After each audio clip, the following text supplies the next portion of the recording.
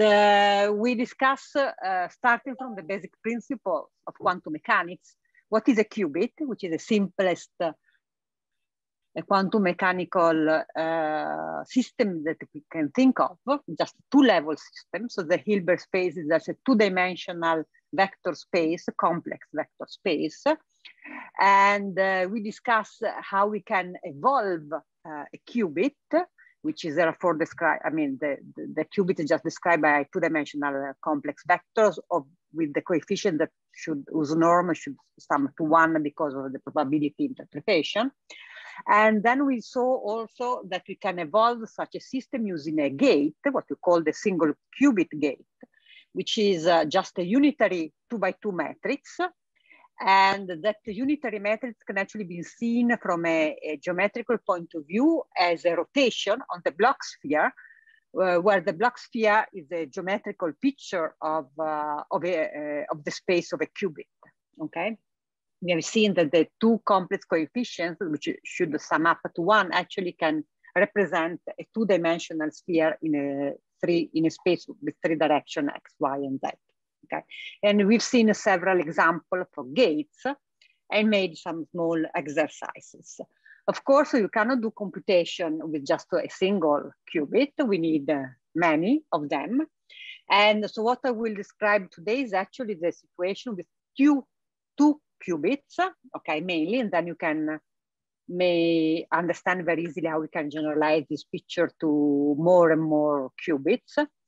And what you have to remember is that from basic principles of quantum mechanics, we know that when we combine different quantum systems, so we have now 2 qubits, so we have the Hilbert space of qubit 1 and the Hilbert space of qubit 2, in order to find out the Hilbert space of the total system, of this composite system, we just have to take the tensor product.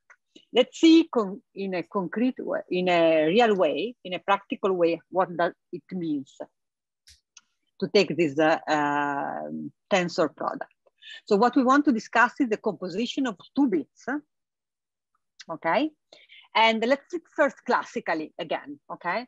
If you have classically, we have 2 bits, 1 and 2, then each of them can be 0 and 1, okay? And so the possible classical combinations that you have are just 0, 0, 0, 1, 1, 0, and 1, 1, okay? Let me stress from the very beginning that the order of the digits is important, okay? So when we write 0, 0, we mean that the first bit is 0 and the second bit is 0 in that order. And when we write 0 and 1, we mean that the first bit is 0, the second bit is 1. Whereas when we write 1, 0, we mean vice versa, that the first bit is 1 and the second bit is 0.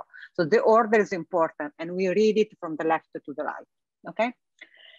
Okay, so actually that happens also when you go to the quantum setting, okay? So imagine now that you have 2 qubits, qubits 1 and qubits 2, okay? Each of them can be either in the state 0 or in the state 1. So clearly we can construct the 4 state 0, 0, 0, 1, 1, 0, and 1, 1. For example, the state 0, 1 means that the first qubit that we index with the digit 1 is in 0, the second one is in 1, okay?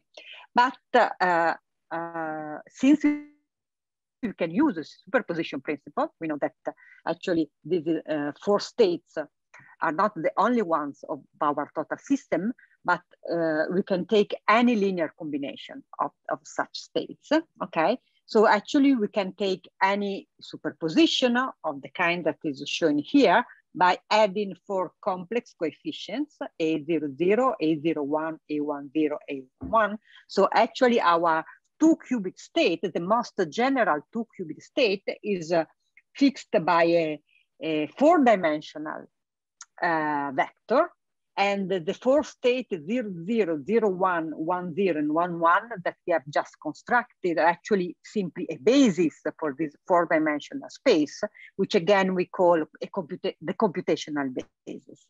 by remembering that 0, 0, 0, 1, 1, 0, and 1, 1 are also the base, the states that are used in classical computation theory, okay? Of course, these 4 coefficients, in order for this 4-dimensional vector to represent a quantum state, should satisfy the normalization condition that is telling us that the sum of the square of all absolute values of this coefficient should be 1. And this is so because the physical meaning of this coefficient is again linked to a measurement process, okay? So what you can think now is to have a measurement device that I'm representing here in the picture that takes the 2-qubit system and makes 2 individual measurements. So it will measure the state of both qubit 1 and qubit 2, okay, separately. And as a result, of course, we will get 2 digits. The first qubit will result in either in 0 or in 1, and the same will be true for the second qubit. The measurement of qubit 2 will be either 0 or 1, okay? So at the very end, we have 4 possible, a set of 4 possible results for the measurement, which are again classical bits, 0, 0, 0, 1, 1, 0, or 1, 1, okay? And the probability with which we will find those 4 possible results are indeed given by the modulus square of our coefficients, okay?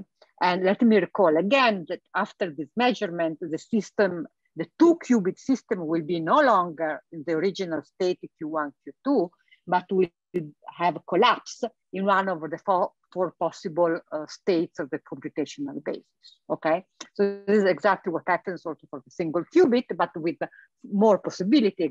To be exact, we have now 4 possibilities as outcomes of our measurement, and the probability is again encoded in the 4 complex coefficients that build up the vector representing the 2-qubit state. Okay, so we can now try to think also how we can evolve, so how we can manipulate our 2-qubit system, you know, and so try to understand what are 2-qubit gates, okay? This is easy too, once we have understood yesterday what was happening to a single qubit. We know that transformations that are allowed by quantum mechanics, or if you want by Schrödinger equation, are just linear and unitary transformations, okay? So a generic transformation U will be a mapping that will send our original input state, Q1, Q2, which is fixed by these 4 coefficients, A00, A01, A10, A11, into a different state. Let's call it Q1 prime, Q2 prime, and we will put the prime on all coefficients, okay? And this transformation should be linear. So that means that we are able to represent it by means of a 4x4 matrix. So we have in principle 16 coefficients in it that will send our original 4-dimensional vector A in the vector A prime. But of course, the 16 coefficients will be not completely free because its transformation is not be completely arbitrary, because the transformation should be unitary, okay? So we will require that the matrix is unitary, meaning that U dagger equal U dagger U equal 1, equal the identity, okay? So this is what happens when you have a 2-qubit and you want to transform, to make an evolution of them. Okay, I will try to give you immediately some examples and build up also some that will be helpful in the application that we will see in the second part of the class. The first example I want to give you is called the Control Z gate, okay? And so we have an input of a 2-qubit state that I call it in, okay? The symbol in the circuit of this control Z gate is just given by these double dots joined by a link. And we want to understand what's coming out, okay? As yesterday, I can define completely a gate, as we've seen yesterday, we can define completely a gate by looking at the truth table, okay? That is telling us what happens on the basis that we have chosen, therefore on the computational basis, because then the linearity will allow us to understand how this linear gate will act on any linear combination, okay? So let's see, let's define this control Z gate by looking at what happens if as an input state I have 0, 0 or 0, 1 or 1, 0 and 1, 1, okay? Here we distinguish the two qubits in a different way. The first qubit is what we call a control bit or control qubit, okay? The second one is what we call a target bit, which is the bit in which we want to do the operation Z, okay? The Z operator, let me remind you, maybe I can rewrite that the Z operation, the Z gate, which is a single qubit gate, was the Z Pauli matrices, so 1, 0, 0, minus 1, okay? So the idea is I will make the operation Z, so on the target qubit, which is the second one, depending on the value of the first qubit or of the control qubit. So that's why we call this gate a controlled gate or a controlled Z gate. To be precise, if the first qubit is 0, if the control qubit, the first qubit is 0, we do not do anything on the second one. So 0, 0 goes into itself, okay? 0, 1 goes in itself because the first qubit is 0, the control qubit is 0, so we just apply the identity. On the contrary, if the control qubit is 1, like in these other two states, we will make the Z transformation, which means that if 1, 1, 0, I will transform the 0 into itself, okay?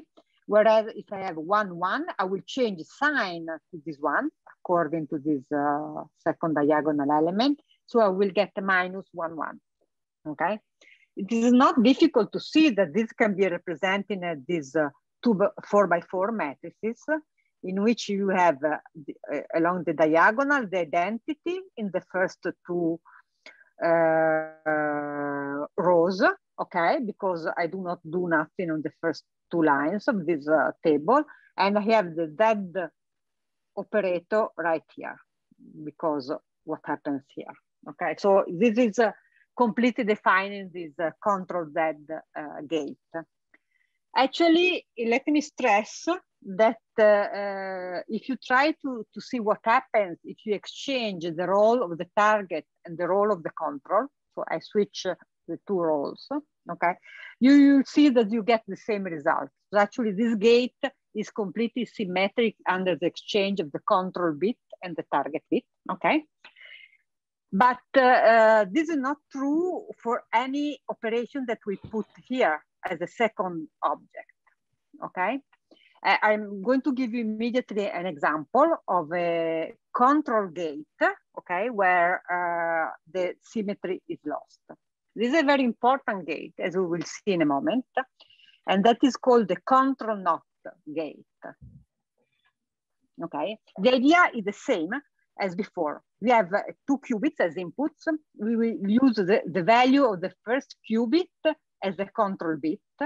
And if that control bit is 0, we do nothing. We do the identity, okay? We just use the identity on the second qubit.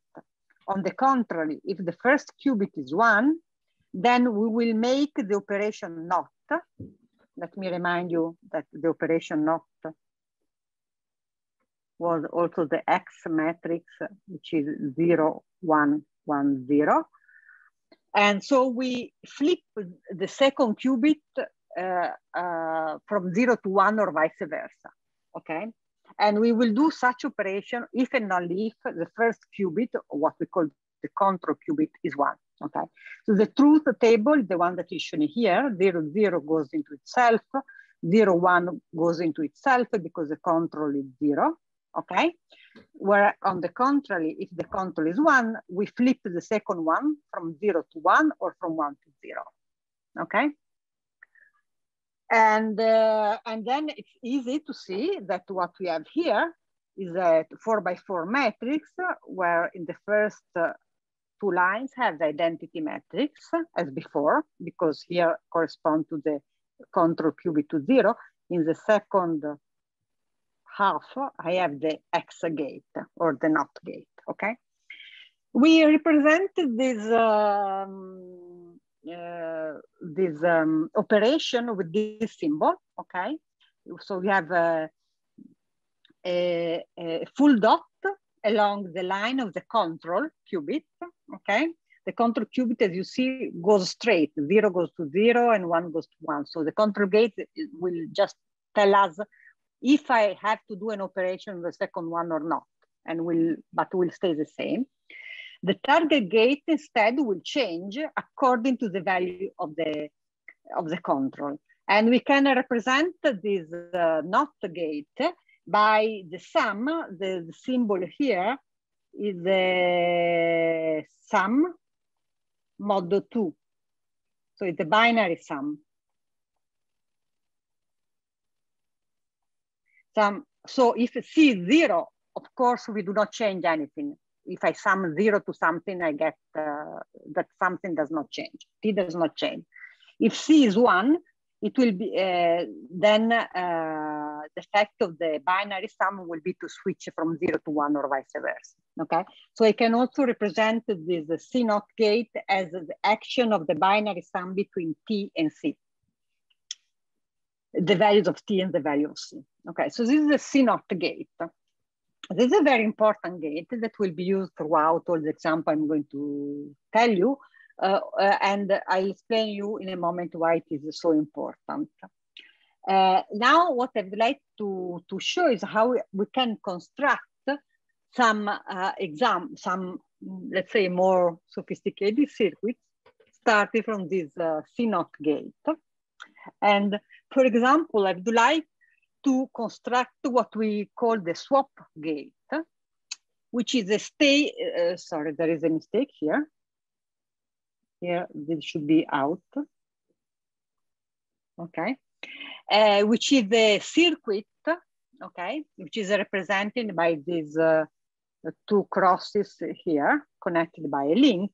So it's a circuit that acts on two qubits, and the full action of this one is simply to switch the role of the values of the first and second qubit. So if I start from Q1, Q2, I go to Q2, Q1. So I'm swapping the 2 qubits, the values of the 2 qubits between them, okay?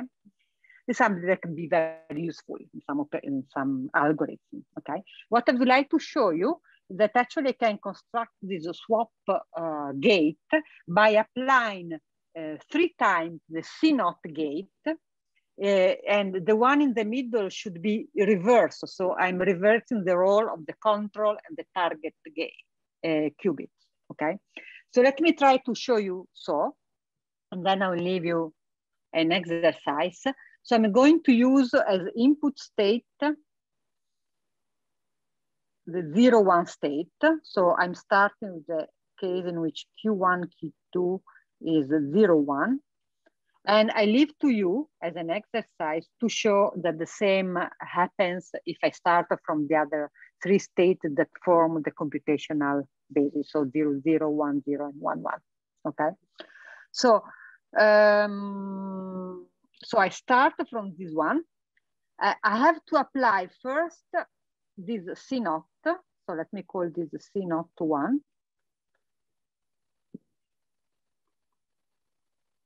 Okay, this C NOT 1 uses the first qubit as a control. So let me underline the first qubit which acts as a control.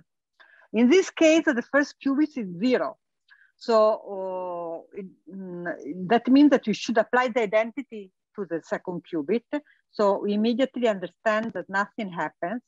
And at this level, after the first CNOT, we ended up with 0, 1, if you started from 0, 1, okay? Then we apply a second CNOT, which is this one. But now the role of a control qubit is a second qubit, so it is this one, okay? The value of the control qubit now is 1, so you should act with a NOT operation on the other qubit, which is the first one. So I should flip this qubit here. So the result of the second CNOT will be that we find the state 1, 1. And that's what you have here after the second CNOT, okay? Finally, we have the CNOT 3, okay? And again, as for the first CNOT, now the control qubit is the first one, so this one, that you see is a 1, okay? So we copy it as before. But now, since this is a 1, we should flip the second qubit, that becomes a 0, okay? So the final state now is 1, 0. And as you can see very easily, the net result, the final result, so if I look at the whole operation, what actually we have done, we have flipped the values of the two qubits. We started from 0, 1, and now we have 1, 0. That we are exactly there. And the same, and you can check by yourself that if you use the other 3 states, exactly the same happens. Okay, I think there is a question. Yeah, I have a question. Actually, I was wondering why it is necessary to have the first CNOT, even if it doesn't apply any change to the qubit state. But that is true because we started with the example in which we have a 0. But if you start with the state, which is this one, that will act non-trivially, okay? The fact that the first CNOT acts trivially is just because we started from this very specific state, okay? Thank you.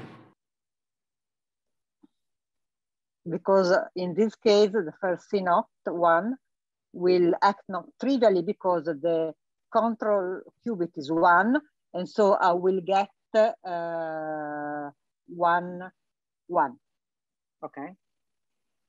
So it just, and so in order to understand how a gate works, you need to apply it to all the states of the basis, okay? Because you need to have the full matrix to define it, okay? And maybe you can also try, let me add another piece, write down the matrix.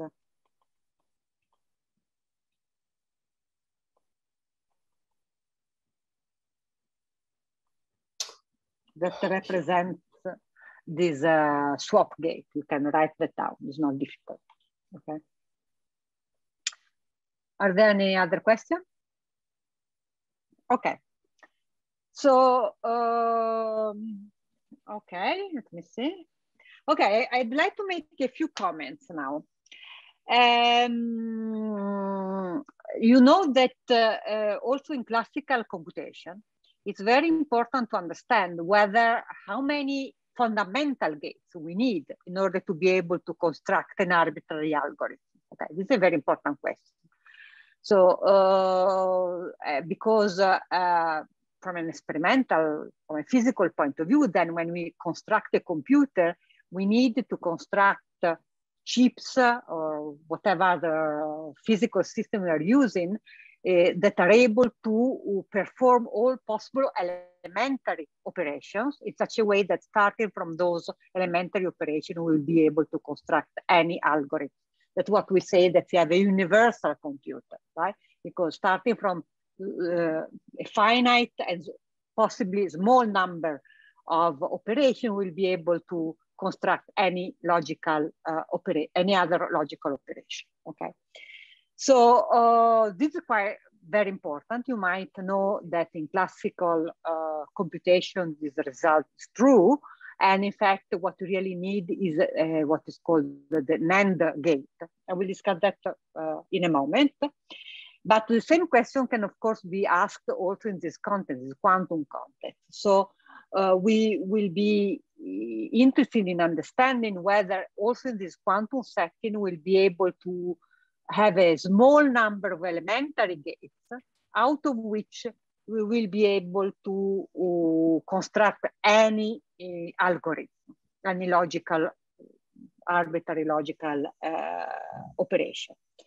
And so here we need a definition, because we will say that a set S, a set of gates, S, is said to be universal if we can approximate any unitary transformation, okay? Remember that our logical operations are unitary transformations in quantum mechanics. So the idea that we have maybe a huge number of qubits, and you want to be able to describe any unitary transformation of this number of qubits using smaller smaller blocks, okay? So we say that a set S is said to be universal if you can approximate any unitary transformation on an arbitrary number of qubits with any desired precision. So we be able to approximate it with the precision we decide from the very first, from the beginning, and that is arbitrary, by composing gates from S only. So the idea is that we have a set, if we have a set S, which is universal, then using the gates of this set, we'll be able to describe any unitary transformation on an arbitrary number of qubit with the precision we want by composing just those gates with the finite number of them, okay? Actually, one can prove, I'm not going to prove the theorems, but you can find them in literature, that there are many such sets. So it is true that also in the quantum setting, we're able to approximate any unitary transformation by using only a small number of gates. And for example, okay, the set is not unique, okay? There are several of them. And the key idea is that actually all of them contain the C0 gate, which is a gate that we have just seen. So the C0 gate is here. And then we need 2 by 2 matrices, so matrices that act on the single qubit, okay? And we need at least 2 of them to generate all possible rotations. And for example, if you choose a rotation of pi/8, like the one which is here, plus a phase gate, which is 1 and I. So the phase here, remember that the phase gate had e to the I phi here. So here we choose just phi equal pi, for example. With those 3 gates, 2 single qubit gates, this one and this one, and the C0, which is a 2 qubit gate, then we will be able to construct any algorithm with the desired precision, okay? To approximate any algorithm with the desired precision. The idea is that with these 2 matrices, I can move on the block sphere close to any other point with the desired precision. And with the C0, I will be able to mix all qubits among themselves and construct any other algorithm. This is a very important result that is telling us that we can construct in an efficient way the quantum computer, because then our quantum computer, in principle, will just need to be able to realize physically, okay, these 3 gates. And then all the other will be constructed by suitably combining them, okay? And actually, there are stronger results than that. I'm not going to enter this. There is what is called the Solovay-Kitaev theorem that is actually telling you how many gates you need to reach a desired precision. Because of course, universality is not enough. because if, for example, in order to reach a given precision, you need to use a very, very, very large number of gates that might result in a very pure, result in an algorithm which is very, very poor, okay, not efficient at all. And in fact, the Untitled theorem is telling you that if the set S is closed under inversion, okay, we can approximate any gate for n qubits with the precision epsilon that we choose using a number of gates, which is 4n times the polynomial of a logarithm of 1 over epsilon. And so one can prove that in this case, the complexity of this gate scales as log of 1 over epsilon. Okay, so it's not too bad. Okay, so indeed, this is telling you that indeed using these universal sets, you are able to construct algorithms in an efficient way. Okay, so that, for example, that will not scale exponentially. Okay, with the precision you want to reach. Okay. Okay. So this is what we mean by universal set. I wanted to let you know that therefore we can do practically quantum computation by using some elementary gates. The question actually I would like to discuss now is the following. So we have seen how to do that we can do quantum computation. We have seen that it's quite different from classical one, okay? For example, because a qubit is is very different with respect to a classical bit. And but there are at least two reasons for which quantum computation is very different from classical ones, and I'm going to let you know these two other reasons in a moment. And so actually, the question that one can ask at the very beginning is that, okay, so we are doing quantum computation. Good, we know how to do quantum computation, how to construct a quantum algorithm, starting from elementary gates. But can we do a classical computation using a quantum computer? So is it true that quantum computation is a wider range, a wider realm in which that you can use also to do classical computation? Okay, so it's actually an important question, which is non-trivial, actually, at least for two reasons. You might remember that a universal set, if you want, for a classical algorithm is made up of an AND, okay? An AND is a, sorry, is a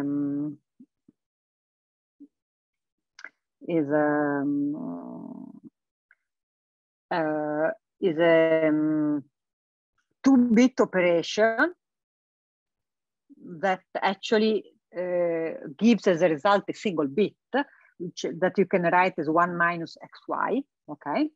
Is an AND, and which is a universal gate. So starting from the NAND, you can actually are able to construct any other algorithm, any other classical algorithm, okay? So NAND is necessary in order to do classical computation. And then in classical algorithm, usually we use another function, which is the copy function or fan out, which allows us to copy the value of a bit as many times as you want. So I can start with X, and at the very end of this operation, I will have 2 copies of X, and I can, I'm going to answer you in a moment, okay? And then I can repeat this operation. So starting from a single copy, I can make as many copies as I want. So the question is, actually we have seen that the quantum computation is reversible, okay? Because unitary matrices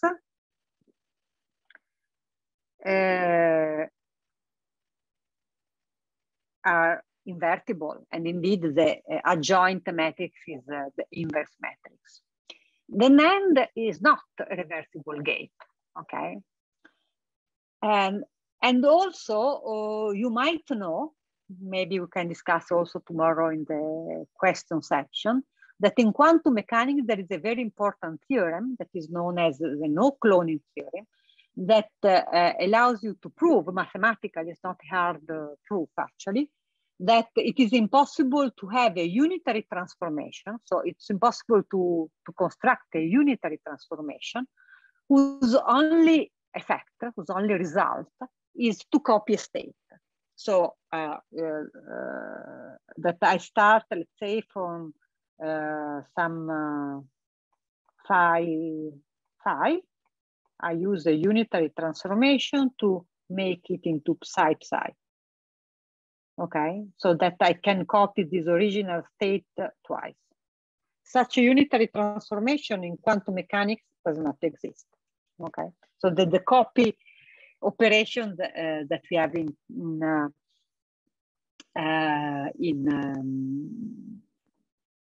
classical computation is not there as such a simple unitary transformation. So the question, can we do classical computation on a quantum computer, is actually non-trivial, okay? Because classical computation is non-reversible, contains non-reversible gates, and quantum mechanics also has incorporated the no-cloning theorem. In a moment, and now I'm going to answer the question, but in a moment I'm going to show you that actually you can go around these two problems and be able to show that indeed you are able to do classical computation on a quantum computer. Okay, so indeed quantum computation is a wider realm than classical one. So let me answer the question. The question that you see in the chat is the following.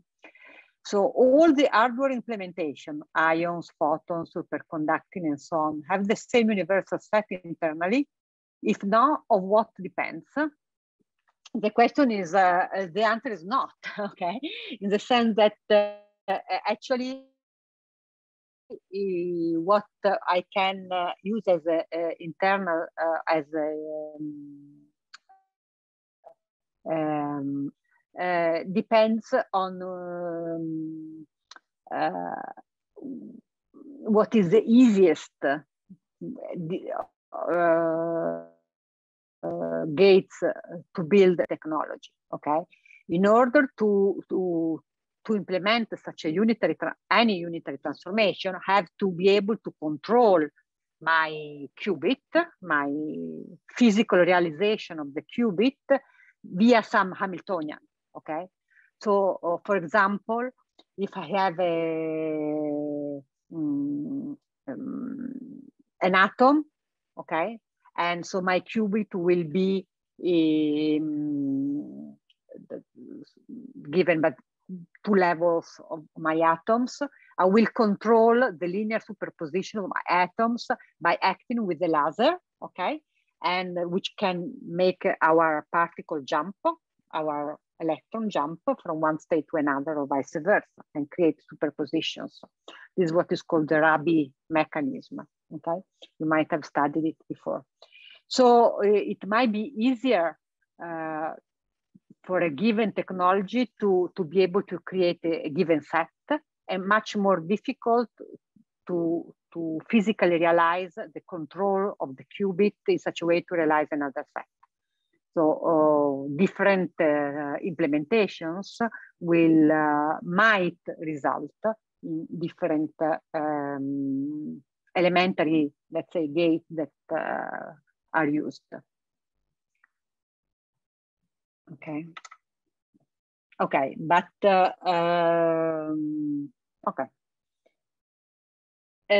Okay, so let's go back to the question. Can we do classical computation on a quantum computer? And let me try to show you why the answer to this question is yes. Okay. In order to do so, I will introduce a gate that is acting on 3 qubits. Okay, so we will start generalizing our discussion, leaving the 2 qubit situation to 3 qubits. Okay, so I have my input is actually a 3 qubit that we call X, Y, and Z. The output will be again 3 qubit X, Y, and Z. And we have a gate in the middle, which is represented by this drawing here, by this symbol here, which is called a Toefl Gate, okay?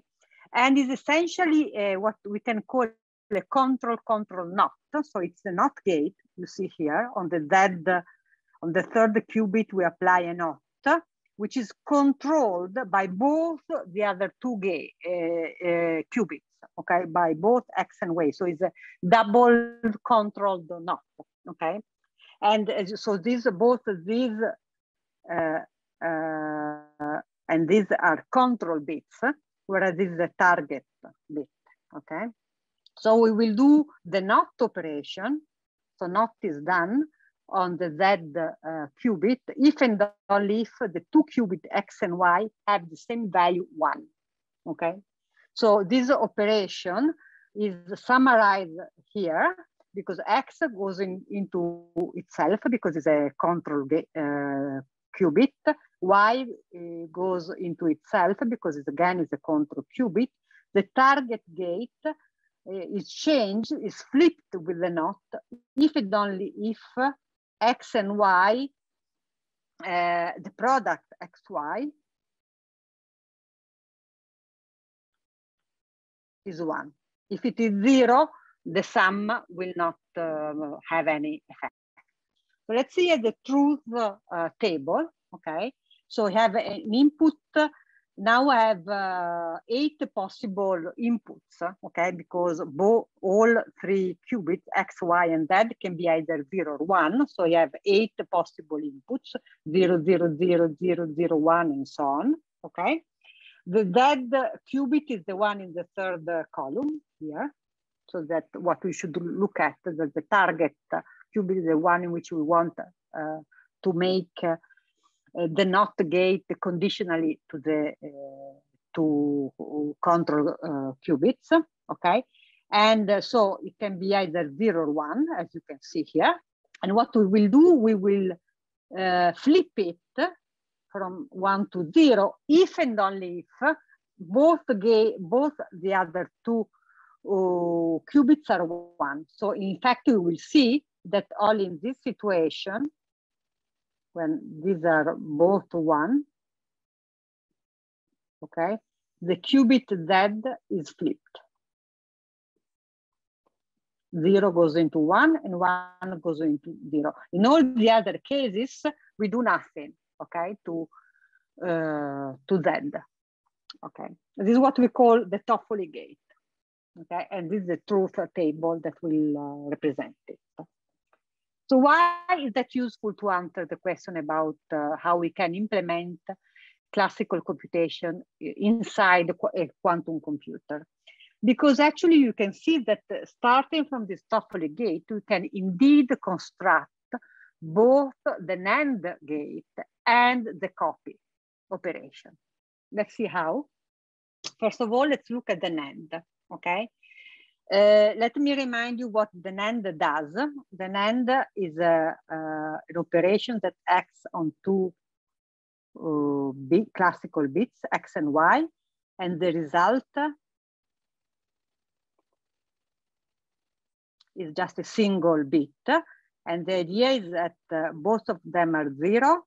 The X NAND Y is 1. If I have 0, 1, 1, 0, the result is 1. And in the case they are both 1, I get 0. This is the classical NAND gate, okay?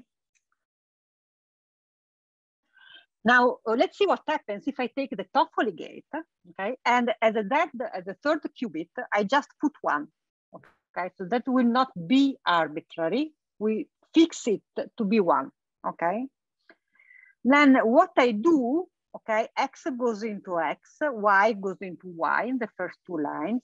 In the third line, this 1, what does it become?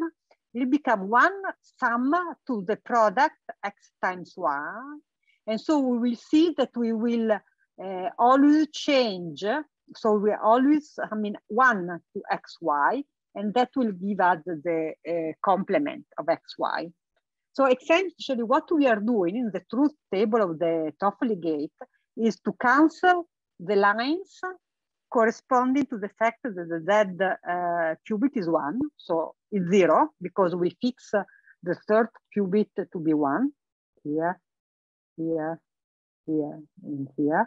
And if you can see immediately that the result from the truth table, that if I have for any value 0, 0, 0, 1, or 1, 0 of the first two qubits, I get 1, 1, 1, and I get 0 as a result only if the first two qubits are 1, 1, 1, okay? So exactly these 4 lines of the Toefl Gate that are selected by putting the third qubit equal to 1 are reproducing exactly the result of an AND gate, okay? So indeed, we are able to reproduce an AND gate using a reversible gate, quantum gate, by setting the third qubit equal to 1. So by choosing the specific value for the third qubit, we're actually implementing an AND gate, okay? So this is something interesting.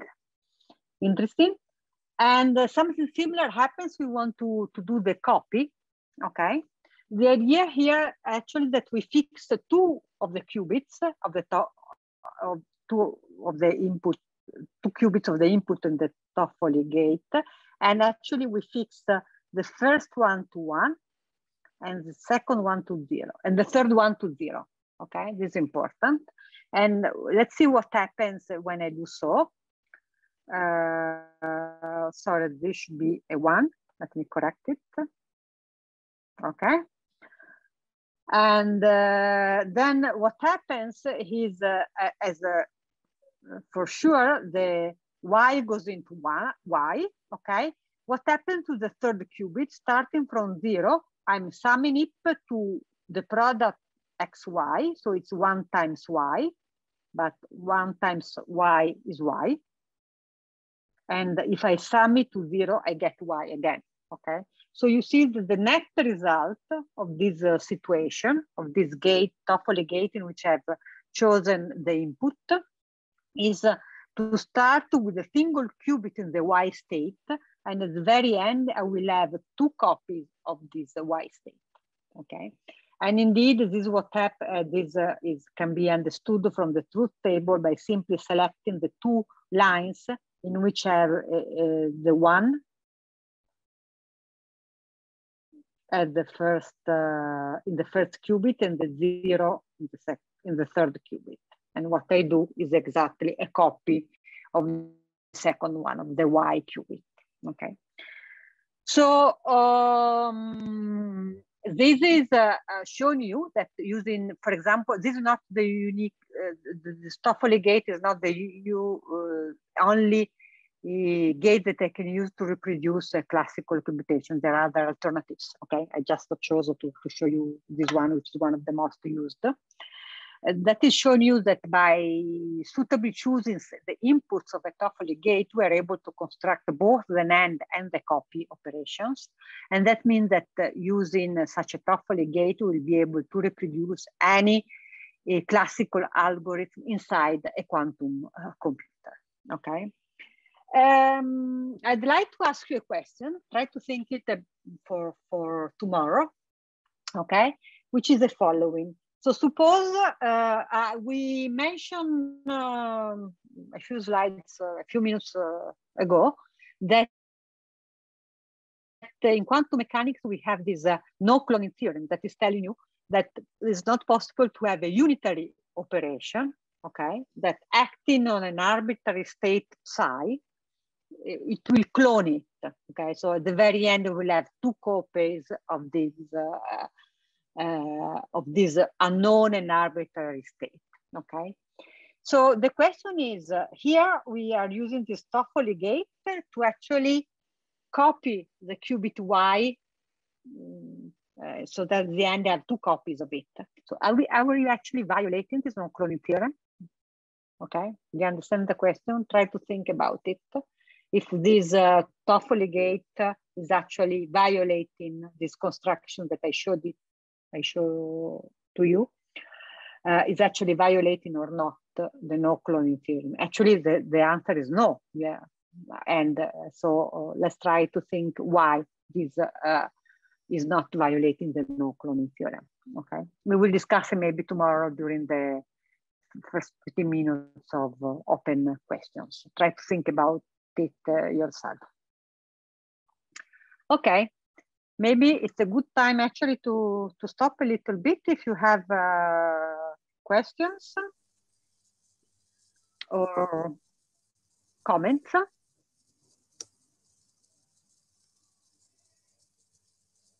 No? Okay, I hope things were clear enough. What I would like to do now is to start discussing how we can use entanglement, okay? As we mentioned yesterday, entanglement is a property of a composite system, okay? So we talk about entangled states when you have a system which is composed of two parts, okay? And we are talking about entanglement between the two parts, okay? Let me stress from the very beginning, I'm not going to enter this discussion, but just to be clear from the very beginning that how a system is entangled does actually depend on the way we divide it, okay?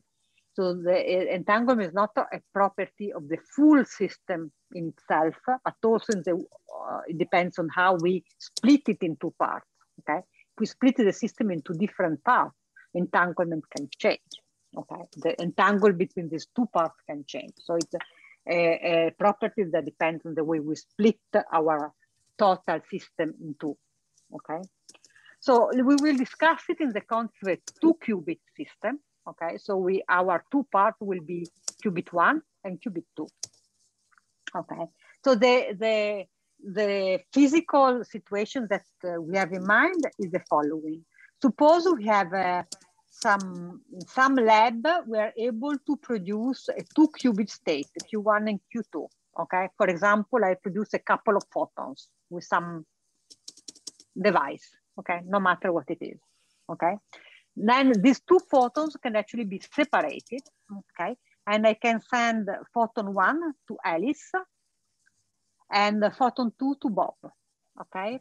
So now Alice has one photon and Bob has the other photon, and they can independently make measurements on that photon. And so Alice can, for example, measure the state of the photon on the computational basis, getting either 0 or 1, and the same can do Bob in his lab, okay? So each of them can only act on one of the two photons, but the two photons were prepared together in a single lab as a unique composite system, okay? So let's see what can happen, okay? I just give you two examples. One is of a state, Q1, Q2, that is called the product state, because it's actually simply the tensor product of a state of the first qubit times the state of the second qubit. Let me just give you an example of that. Take as the initial state, the state which we can write as a linear combination of 0, 0 and 0, 1 with the coefficient 1 over square root of 2. And you can immediately see that in these two states, the first qubit is always in 0. So I can actually collect the first qubit, the state of the first qubit in front. Yeah. This will be Q1. Okay. And then I have the state of the second qubit. The second qubit is on a linear, is in the plus state, okay? Which is a linear combination of 0 and 1. But anyhow, the total state, the state of the whole system is just simply the product of a state of 1 and a state of 2. So let's see what happens if now Alice and Bob perform the measurement. What are the final state after the measurement? Of course, they can get either 0, 0 or 0, 1 as the final state. Each of these two states will occur with the probability 1/2 because of the coefficients we chose. And what did Alice measure?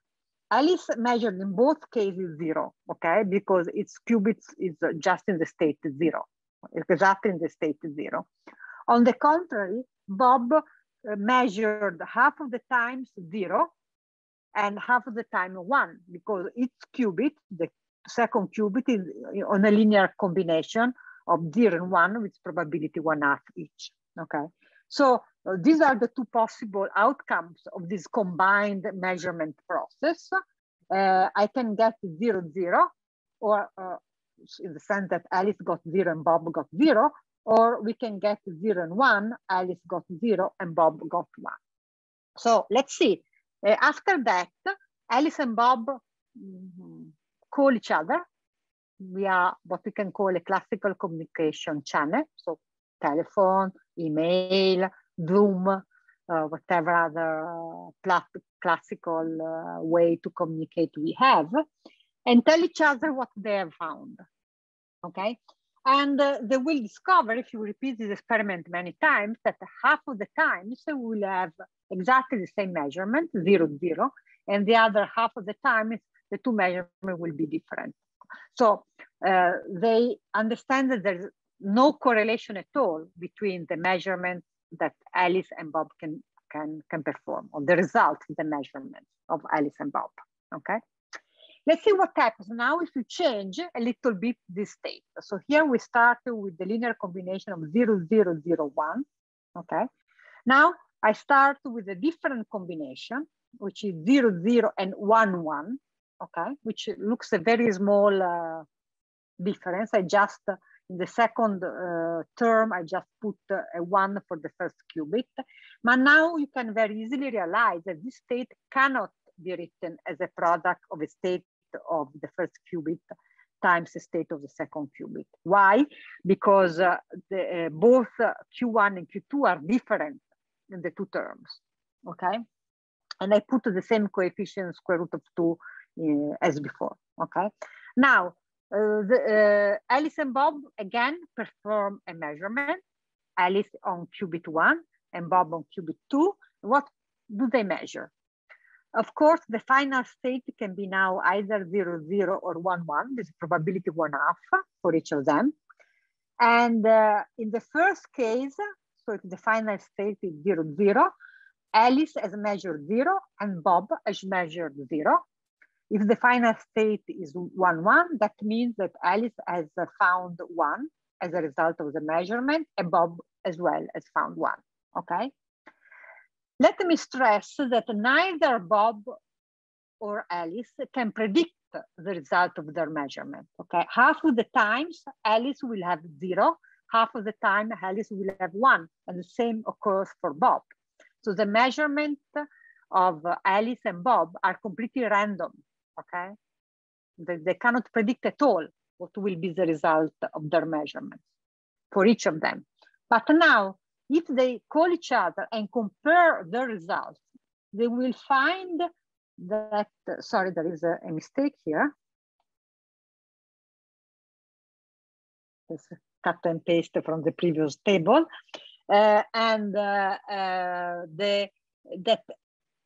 in all cases, so 100% of all situations, so with perfect certainty, they get the same result, okay? So there is a perfect correlation between what Alice and Bob find, okay?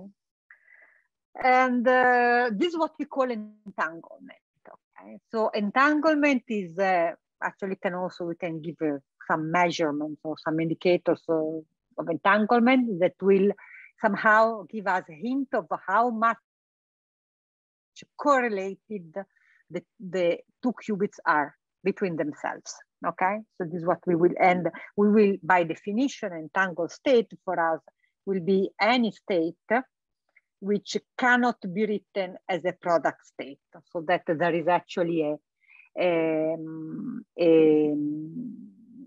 correlation between the two states, a correlation that cannot be found in any classical state, because as you can see, this correlation is an effect of the fact that we can superimpose states, okay? Superposition is very important here. the fact that this superposition cannot be written as a product state, and that will imply that this perfect correlation. And therefore, it's something that in a classical situation can never be implemented. And so this is a property of quantum mechanics only. Let me stress that this perfect correlation occurs no matter how far away the labs of Alice and Bob are, okay? So they can be on two very far apart on opposite sides of the universe, okay? And the collapse of the wave function in quantum mechanics, as you know, is instantaneous, okay?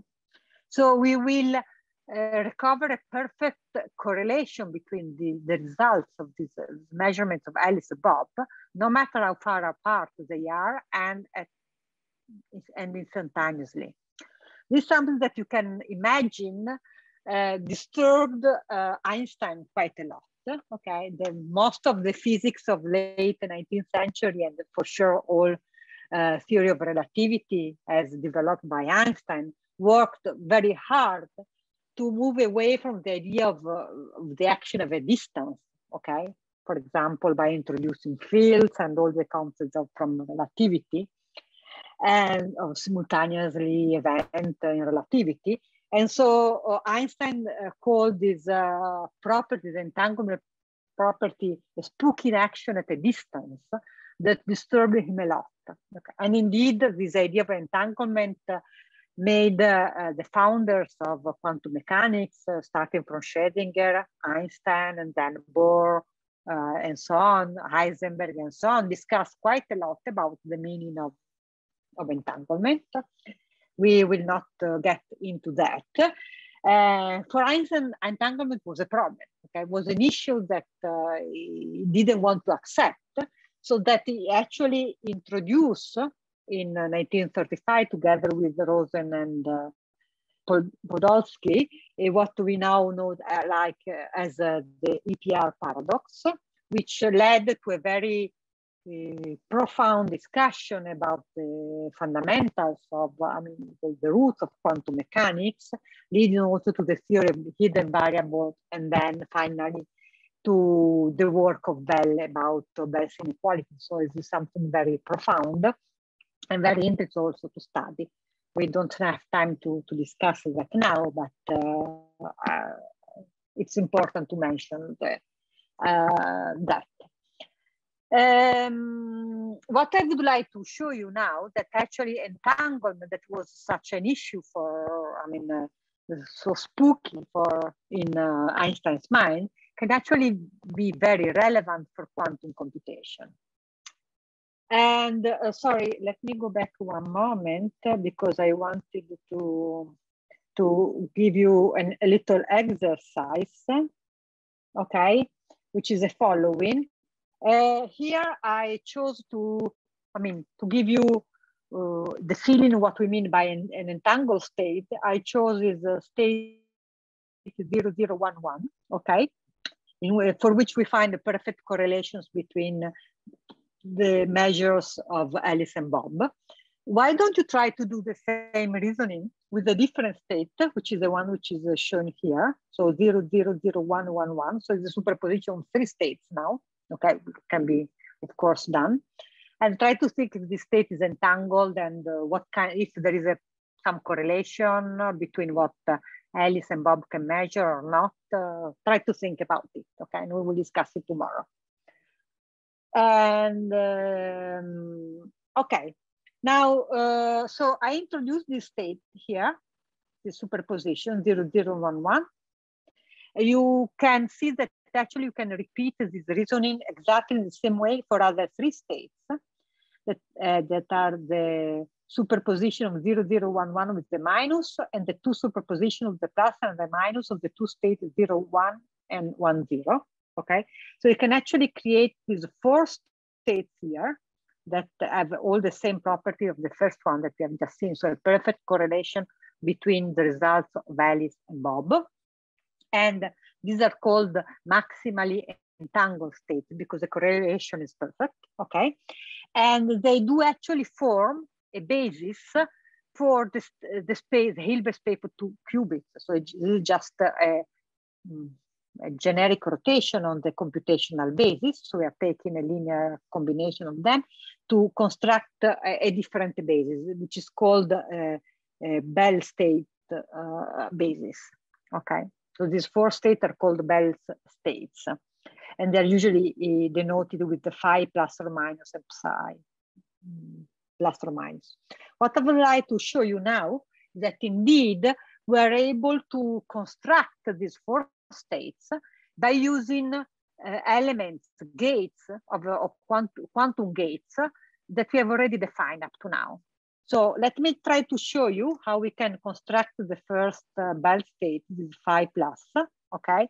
And then I'll leave you as an exercise to you to show you that how we can construct also the other 3 by changing a little bit this circuit in a very simple way, okay?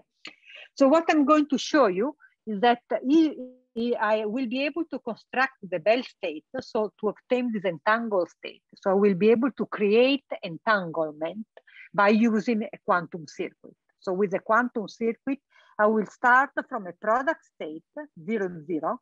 This is, of course, the product of 0 with 0. So this is not entangled.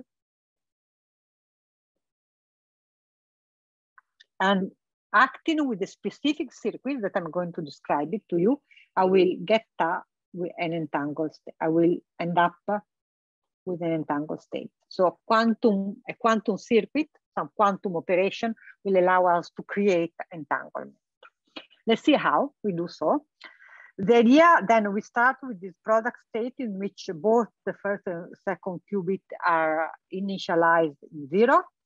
Then the first thing that we do is to apply another Hadamard gate to the state 0, okay? Let me remind you, you can go back to our slides of yesterday, that the Hadamard gate is actually the gate that sends the 0 into the plus state, and the plus state written in full is 1 over square root of 2 of 0 plus 1 over square root of 2 of 1, okay? So after the Hadamard gate, the first qubit is in this state here, okay? And whereas we do nothing to the second qubit. So the second qubit is still in 0, okay? We have just acted with a single qubit gate on the first one. So what is the state at this level, okay? At this level, the state is a product of 0, sorry, let me write it of 0 plus 1 over square root of 2, this is Q1, times the second qubit, which is in 0. Okay, so this is a state that we have after the first Hadamard gate. And so we are in the state 1 over square root of 2, 0, 0, plus 1 over square root of 2, 1, 0. Okay, so this state that we have in this intermediate step is this one. Okay, now I act with the second gate, which is a C0. Okay, you see, this is a C0. It is a C0 with a control qubit, which is a 1 on top, and the target qubit, which is a 1 on the bottom. Here I have the plus. Okay, so what I have to do is to flip the target if and only if the control qubit is 1. So let's see what is the input state of the C0. The input state of the C0 is a superposition. So what will happen? Let's look at the first part. In the first part, the control qubit is 0, okay, here. So I do not do anything to the second one. And so the first part will be left as it is, does not change. The second addend of this linear superposition instead has a control qubit, which is 1, which means that we have to flip all the second one, okay? So the C0 applied to 1, 0 will give us 1, 1, okay? And so as you see, the final result, the qubit, the 2 qubits now will be in the state 1 over square root of 2, 0, 0, plus 1 over square root of 2, 1, 1. And that is exactly this state here. So we have created in this way, we have entanglement between the two qubits, and the state of the two qubits now is one of these Bell state, okay? Actually, acting on the other three states of the computational basis, 0, 1, 1, 0, and 1, 1, you can check it yourself, but as an exercise, you will get the other three states, okay? So depending on the input of this in this circuit, we'll be able to create entanglement or better maximal entangled states using a quantum circuit. Okay, so this shows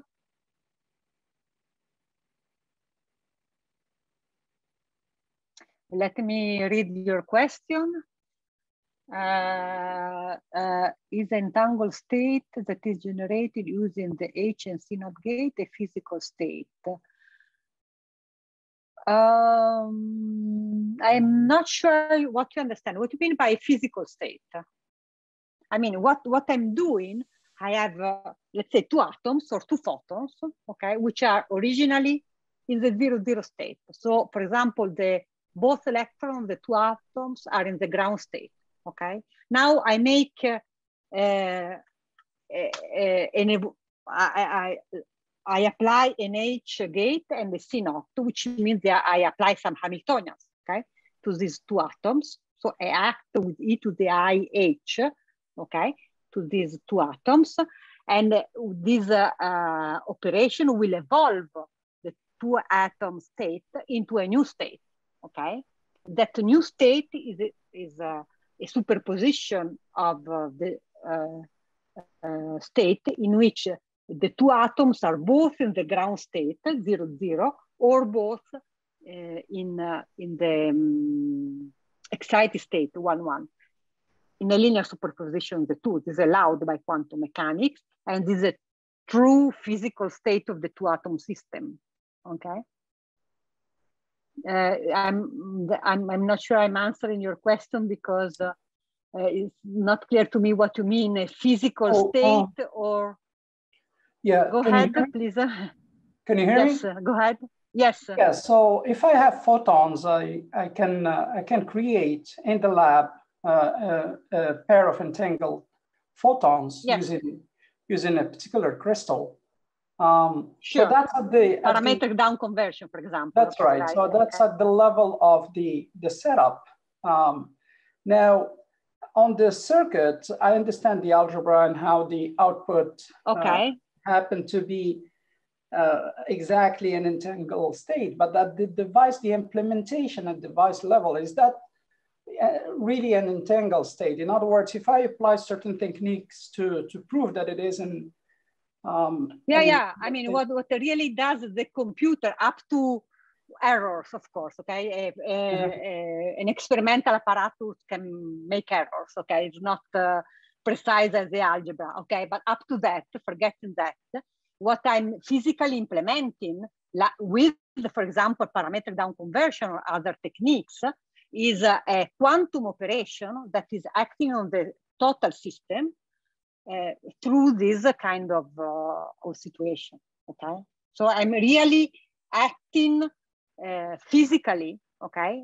Manipulating with some apparatus, my atoms or photons, in such a way that I actually implementing exactly these transformations. Okay, so each, okay, I mean, the idea that, let me remind you that all these transformations are actually rotations, okay? So as soon as I'm able to make a rotation on my states, that will be implemented. Okay, yeah, but there will be, I mean, the two atoms or the two photons, the very end, will be exactly described by that state.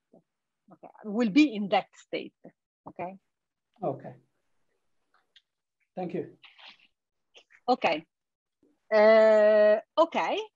So now that you have understood that we can actually can create entanglement, if you want, in a controlled way. I mean, then we have some devices to implement that. I'd like to show you an application. Okay, so to give you an example of a protocol, which is teleportation, in which entanglement is actually essential to be able to realize such a protocol. So this is a protocol that is not cannot be realized in a classical world. So without quantum mechanics, we will not be able to teleport states. Okay, let me stress that from the very beginning. What do we mean by teleportation? So teleportation is a protocol that is able to teleport, so to reproduce a state of an unknown qubit that is originally in Alice's lab, for example, to Bob. Okay, we are not transferring matter. Okay, so we are not like in science fiction movies, disgregating the atom that Alice has in her lab and recreating it in Bob's lab. Okay, what we are doing is that Alice has a qubit which is in a known quantum state. Let's call it psi. Okay, and we want to recreate the same state in Bob's lab, and Bob has his own qubit on which he wants to recreate the same state. Okay, so what we are teleporting is a state, not matter. Okay, it's something important to understand from the very beginning. Okay, so let's, I'm going to describe you the protocol step by step to see how it works. Okay, and the idea actually, and in order to do so, to allow teleportation, we need to have a couple of entangled qubits that will be a sort of ancilla to realize such a protocol. So the idea is the following. Alice has an unknown quantum state, which is represented by a qubit in some state psi that she does not know what it is, okay? Because you know that if she tries to measure it, it will destroy it. Okay, measurements quantum mechanically are destructive. I mean, destroy the object, the quantum state. So she cannot measure psi and then tell Bob what it is, so that Bob reproduces it. This is not possible. Okay, it's an unknown state. Okay, and an arbitrary state. Then what we need is a couple of other qubits, Q1 and Q2, that will be created together in a Bell state, okay? And more specifically, for example, in the 0, 0 plus 1, 1 state. So I have, for example, 2 photons or 2 atoms that will be in this, created in this maximally entangled state. Then the first particle is sent to Alice, the second particle is sent to Bob, okay? So at the very beginning of our protocol, Alice in her lab has 2 qubits, psi and q, q1, okay? While Bob has the other entangled qubit, q2, okay? So this is a starting situation. So at the beginning, I have psi and this state q1, q2 that we call the beta 0, 0, okay? And the first 2 qubits are in Alice's lab. The third qubit is in Bob's lab, okay? Now I make a set of transformations that are drawn here in this circuit, okay? Let me stress that the first part, okay, of these transformations are just done in Alice's lab, okay? As you see, all these transformations, the C0, the H, and then the measurements are done only by Alice, okay? So the first 2 qubits are manipulated in Alice's lab. And then after the measurements, Alice measures what she has in her lab, getting 2 classical bits, M1 and M2. And what then she does is to use a classical communication channel, for example, telephone or an email, to communicate to Bob the result of the measurement. So she tells Bob what are the results of the measurements M1 and M2. Using these these M1 and M2 results, Bob performed a given transformation that I'm going to describe it to you in a moment. And at the very end of this process, Bob is sure to have in his hand exactly a qubit in the state that originally Alice had, okay?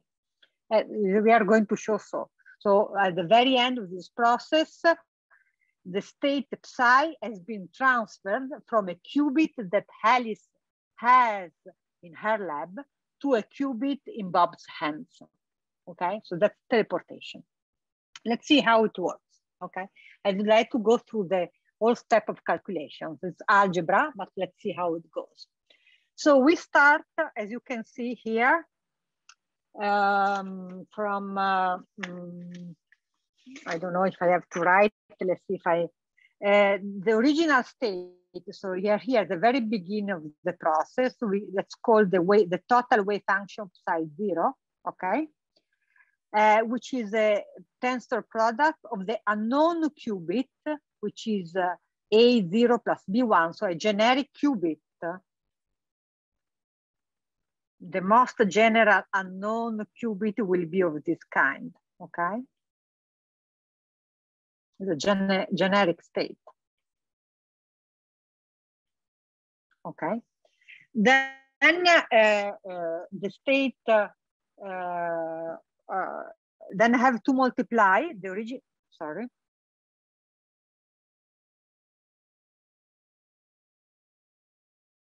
Okay, the original state, what you call psi 0, will be just the product of the state times the state 0, 0, okay? So we have this A0 plus B1 multiplied by 0, 0, which is 0, beta 0, 0, which is a linear superposition of 0, 0, and 1, 1 over square root of 2, okay? So if you just do so, okay, you see immediately that the state that you get is the one that is written in this line, okay? I have a linear superposition of A0 with the state 0, 0 plus 1, 1, and with the coefficients B, the state 1, and 0, 0, 1, 1. Let me remind you that the order of the digits is important. The first digit only refers to the qubit psi. The second digit refers to the other qubit that Alice has, and the third one is in Bob's hands. Okay, so psi and they are in Alice's lab. The third one is in Bob's lab. Okay, now starting from this state, we do a C0 on the first two qubits. Okay, what are the oh, sorry, I have a problem with the. Let's look at, of course, here there are 4 pieces that comes out, okay? The control qubit is a psi qubit. So this 0, for example, is the control qubit that we are going, and that is acting on the target, which is this second qubit 0 here, okay? Since what happens, if the control qubit is 0, we do nothing, okay? So the first part of this sum actually does not change because the control qubit is 0, okay?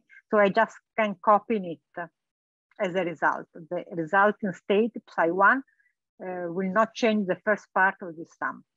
In the second part, instead, the control qubit is 1. So that will change, will flip the target qubit, which is 0 in this first addend, and 1 in the second addend. So this second part will become B1, 1, 0 plus 0, 1. Okay, so the action of this C0 case, and it give us what this psi 1 state is. Okay, now I apply the Hadamard gate only to the 0, to the first qubit. Okay, I leave to you as an exercise if you want to apply it. So what will happen? Let me just write it here, for example. When I apply the Hadamard, the 0 will become a linear superposition of 0, 1. over the square root, whereas this one here will become a linear superposition of 0 and 1 with the minus in between over square root, okay? So you can substitute this, okay?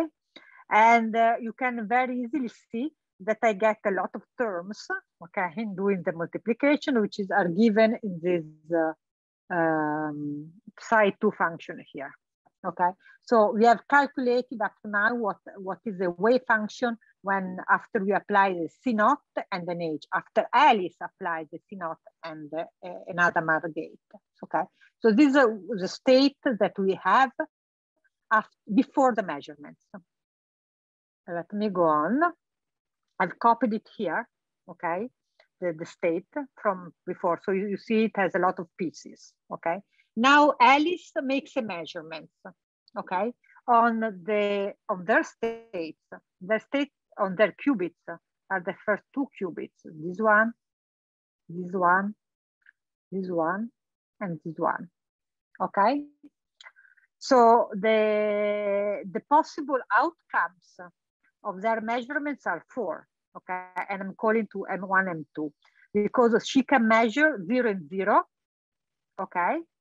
And the state that comes out at the end will be 0, 0 for Alice. And in that case, Bob, as you can see, will find out, will have in his hand this state here, A0 plus B1. This is what happens if I have this result here. On the other hand, Alice can also find 0, 1, like here, okay? And Bob, in that case, will have the qubit, his qubit will be in this state, okay, which is B0 plus A1. I'm writing here, okay? And so on. If Alice finds 1, 0, Bob will have A0 minus B1, okay? And finally, if Alice has finds 1, 1, Bob will have minus, sorry, I think there is a mistake here. Yes, sorry, there is a mistake. This should be an A and this should be a B. I will correct it in the notes, okay? And this is the case, okay? Okay, so after the measurement, Alice can find with the different probability, actually with the same probability, which is 1/4, one of the 4 possible outcomes that are listed here in the table. So if Alice finds A0, 0, for example, 0, 0, for example, Bob will have in his hand A0 plus B1. But let me stress that Bob does not make any measurement. So he doesn't know what it is in his hands, okay? He doesn't know what can be the state of the qubit he has after Alice made a measurement. But we know that since the states were entangled, there is a perfect correlation between what Alice gets from the measurement and what Bob has, okay? And the perfect correlation is given by the fact that depending on the result of the measure of Alice, Bob has in his hands different states, different combination of 0 and 1 with coefficients A and B and different sides, okay? Now, let me stress, let me make an observation. The observation is the following. You can see very well that, for example, if Alice gets the measurement 0, 0, Bob has in his hands exactly the original qubit, okay? The qubit we wanted, the state of the qubit that we wanted to teleport, okay? Instead, for example, if Alice measures 0, 1, Bob had the state B0 plus A1 that can be easily transformed to the original state by acting with an X gate, switching 0 and 1, okay? So there is a perfect relationship between the state that Bob has with the original state, given by these transformations, the identity X, Z, and the combination X, Z, okay? As you can verify by yourself, okay? So what can now Alice do? Alice, what can do is to call Bob using some classical communication channel and tell him what is the result of her measurement. So she's just communicated if M0 is 0 or 1, and if M2 is 0 or 1. So it will just communicate a 2-digit number, 0, 0, 0, 1, 1, 0, 1, 1. Depending, so Bob now knows M1 and M2.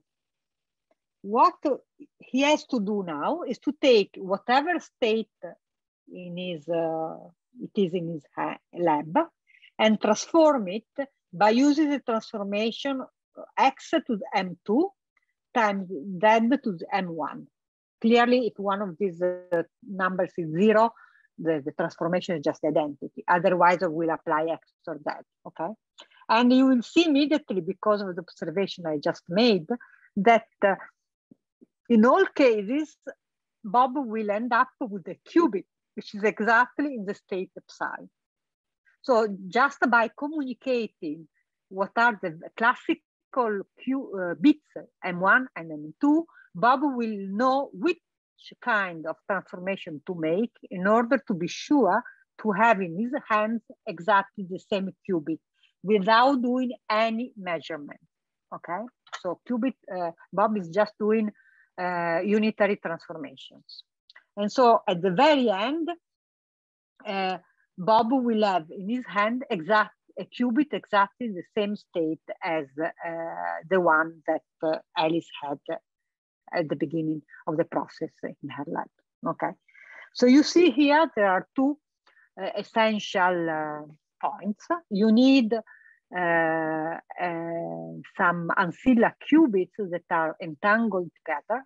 We are exploiting entanglement in a very strong way, okay? The two qubits that Alice and Bob share, one is sent to Alice, one is sent to Bob, should be entangled, otherwise this protocol will not work. And the second step that we need is a classical channel of communication that allows Alice and Bob to communicate just classical data, 2 bits.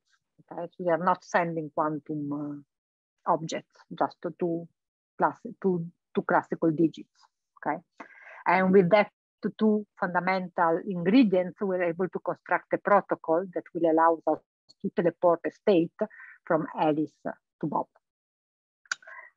Okay, so as you can see, entanglement here is not so spooky as Einstein was thinking, but indeed is actually a very important resource to build the protocol that otherwise cannot be realized, okay, that actually do not exist in classical computation, okay? This process cannot be realized with a classical system, okay? And let me stress, it's actually not just algebra, okay, not just theory, okay? These teleportation have actually been done with qubits, with atoms and photons, actually also to very large distances.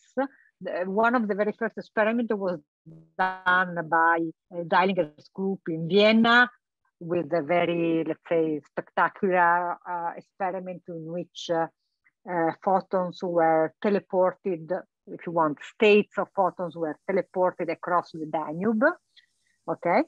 And but then in more recent years, teleportation has been made at very large distances, also ground to satellite, for example.